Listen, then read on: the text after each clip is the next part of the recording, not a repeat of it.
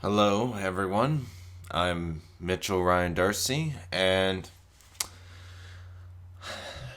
today, last last night, I received an email from YouTube.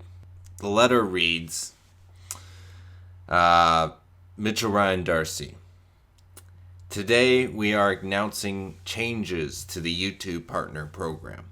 While our goal remains to keep the YPP open to as many channels as possible, we recognize we need more safeguards in place in order to protect creator revenue across the YouTube ecosystem. So, what's changing?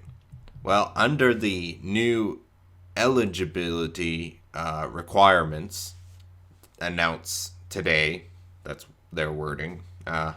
Your YouTube channel, Mitchell Ryan Darcy, is no longer eligible for monetization because it doesn't meet the new threshold of 4,000 hours of watch time within the past 12 months and 1,000 subscribers. As a result, your channel will lose access to all monetization tools and features associated with the YouTube Partner Program on February 20th, 2018, unless you surpass this threshold in the next 30 days. Accordingly, this email serves as 30 days notice that your YouTube Partner Program terms are terminated. And the rest of it is you still have access to Help Center, Creator Academy, Creator Site, and all that. And once your channel reaches the new threshold, we will review it again and make sure you're following our policies and guidelines. And if so, monetization will be re-enabled. So I was a little. I felt like someone gave me a punch to the face a little bit. Like it's just I was like great. It's my second worst fear on YouTube, and my first fear on YouTube is having my channel completely deleted for no reason at all. Because I've heard that happens sometimes with YouTube. Sometimes channels just completely accidentally get deleted and there's no way of recovering the whole thing. That's my number one fear on YouTube. But my number two fear on YouTube is YouTube changing the guidelines for what it takes to be a YouTube partner. And I was kind of hoping that if they did change it, they would be like those who've already passed it are past it, but all newer channels will have to go through these guidelines. So I thought for a brief moment I was safe, especially the fact that last year they were like, you need at least 10,000 views or 10 or 100,000 views. I forget the number, but it just so happens I had one video that I did a long time ago that has a lot of views. So because of that, I was able to monetize my channel and all that. But now, because of certain YouTube events that happened recently, I was a little bit scared that YouTube was going to do something, but I didn't think they would do this. Especially the fact that it's affecting the more younger creators, or not younger creators, the more newer creators, I should say. Now, here's the thing.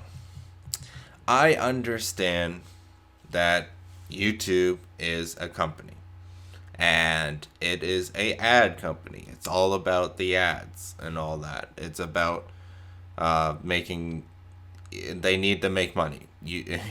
Even though we're doing videos for free, the site YouTube has expenses. In the last 12 months, I have over 30,000 views. No, I have over 30,000 hours of watch time. And so that's not the problem my channel has. The reason my channel is going to be kicked out of YouTube partner program is because they view it as that if you don't have 1,000 subscribers, you are not making good enough content for your ads. You're not making good enough content to get ads. So I barely have, I almost have 100 subscribers, and I am quite proud that I'm almost at 100 subscribers. But seeing this new guideline and the fact that I have to hit it within 30 days, I'm like, there's only one way that I can get 1,000 subscribers in 30 days. And that's if I release my film essay rant thing for my Let's Talk About This series. I released the RWBY episode, the Ghost in the Shell episode, and do something really controversial nowadays, the Star Wars The Last Jedi, and do it on that. And all three have to be at the absolute best quality, amazing. And I might, if I hit all three of those in less than 30 days, I might get close to 1,000 subscribers. But I even then, even if I make the most amazing viral content in the next 30 days, there's no way I'm gonna get 1,000 subscribers. So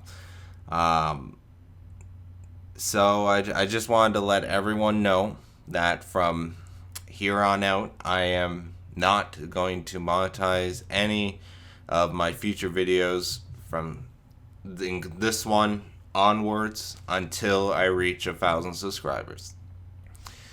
And I feel it's quite unfortunate because I'm sure I'm not the only one in this boat where they have enough watch time, but they don't have enough subscribers. But one of my fears with YouTube is what happens if they keep upping the amount that you have to hit. So for example, let's say I'm at 1,000 subscribers right now, and this new guideline comes into effect. And let's say I have 2,000 subscribers. Who's gonna stop YouTube from eventually in the future being like, no, you need 5,000 subscribers to be monetized. And if you don't have 5,000 subscribers, goodbye all the monetization for your channel. This might start a trend where it will escalate to the point where the future YouTube, in order to get your videos monetized, you need a minimum of 1 million subscribers. And when it gets to that point, YouTube will be, I don't know what's going to happen to YouTube, but it could happen. And that is a scary thought. But for YouTube, it would be all the more better because then 1 million will be the new 1,000 subscribers. And at that point, the YouTube, because I assume there's only 1%, 1 or 2% of YouTube that's over 1 million subscribers a channel. And if they do that, then they don't have to worry about crap because they can hire enough people to monitor the 1 million subscribers, because it's only like, I don't know, 1% of YouTube would be like, what, 100,000 people? I don't know, my numbers are probably way off, but the point still stands. If they go this route, eventually it will be very easy for them to monetize the YouTube channel. So maybe they should just skip the 1,000, the 5,000, 10,000, or 100,000 minimum. Just go straight to 1,000,000 and all your problems will float away, YouTube, because you don't have to worry about all these bad actors. Technically, they can do that because YouTube. I understand coming from YouTube's point of view on why they're doing this and all that. And they're doing this to ensure confidence in the people and the companies that are buying ad space and that to put their ads on YouTube. By doing this, it instills more confidence in those companies who are placing ads. And maybe they'll even gain back some of the ad people who pulled out of YouTube. Maybe they'll get some of those ads back and all that. But so I understand that the bottom line is monetization and YouTube partner is a privilege, not a right. So I'm perfectly fine with losing my monetization. It's kind of unfortunate because I felt like I worked so hard to earn that $3.80 that I got from last year. But turns out I wasn't making enough money for YouTube. And subscribers is pretty hard to get. Where am I going with this? I don't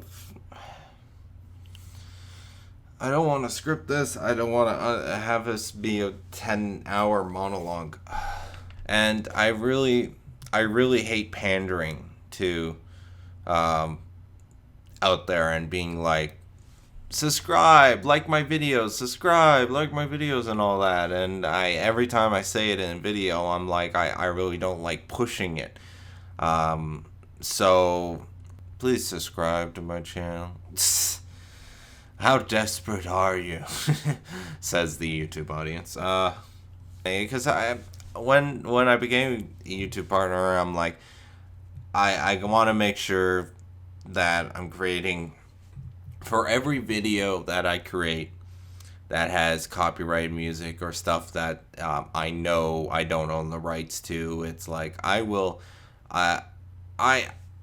had I was gonna say guidelines. Like I create guidelines for myself and how to do YouTube and all that. I'm gonna be like, for every video I put out that's not monetized, I want to put out a video that is monetized, to have balance. So that way, people come for the non-monetized videos that I don't own the rights to, my fan-made edits and all that, and then they stay for the monetized videos, like unboxings and stuff, where it's like the stuff that I own 80% or more of the video and all that and stuff like that. So since I jumped back into YouTube, I was like, I want to do the rating thing. You know how the rating thing where it appears at the beginning of every movie, or shows have that little thing in the corner that tells you what's the rating is. So I was like, hey, I'm going to do that with YouTube. So that way when people click on the video,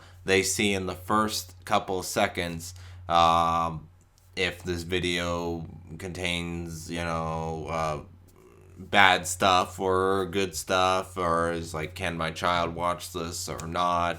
Does it contain swearing? Does it not contain swearing? And all that. And I really thought that was a really good idea, and it would show, like, I'm doing my best to create a good content, and I'm doing my best to make stuff that audiences and people will enjoy. So I just want to make sure that I just want to let you know that this is not going to affect my content. That would actually be a lie. It is going to affect me. It's already affected my mind stat. It already affected my mind state and how I'm going about making videos and that. So, I would be lying to say this didn't affect anything. But I'm still gonna aim to make the videos that I planned I was gonna make and all that. It's just I might push my schedule even harder so that way I create even more and as fast as I can, so that way I can attempt to reach 1,000 subscribers in 30 days, but I doubt it's gonna happen. Those of you loyal fans that are subscribed to me, or people who hate me who are subscribed to me, I don't know I don't know who hate, because I know some people subscribe to people just because they hate their videos and stuff like that. But I don't know who likes it or not, but thank you very much for being subscribed to me, and all that, and sticking around and that. So, and also I just want to point out, because I was reading the YouTube creator blog, and I love how they point out the people who are doing bad stuff and all that and breaking community guidelines and all that. They label them as bad actors. I don't normally take offense to things in general. I'm pretty easygoing, and if you make a joke about me or stuff like that, it's like I don't normally take offense to things, but labeling the bad stuff on YouTube as bad actors, I take offense to that, YouTube. And this is coming from a filmmaker who's also acted a bit and all that. And I do understand criticism of labeling someone doing a bad performance, or in general this actor's pretty bad at doing these roles and stuff. But for you guys to label Elsa Gate and the Logan Paul whatever brothers or whatever, and the people who take advantage of YouTube's algorithm in a horrible way, stealing other people's videos and stuff like that, and spamming stuff and all that. Don't label them as bad actors. Call it as it is.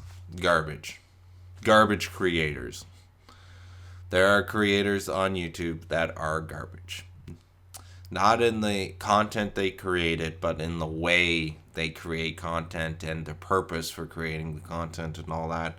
I already kind of figured this, but Philip DeFranco sort of hit it over the head, is that YouTube, after something bad event or whatever, they try and fix YouTube, but they do it with a hammer instead of a fined instrument. So I guess this is the major effect. This is the hammer has gone down, and the hammer has affected my channel heavily. So thank you very much for watching. I want you to have a nice day or night or whatever time you watch this. Have a nice whatever. Thanks again for watching, and I guess I'll see you in the next video.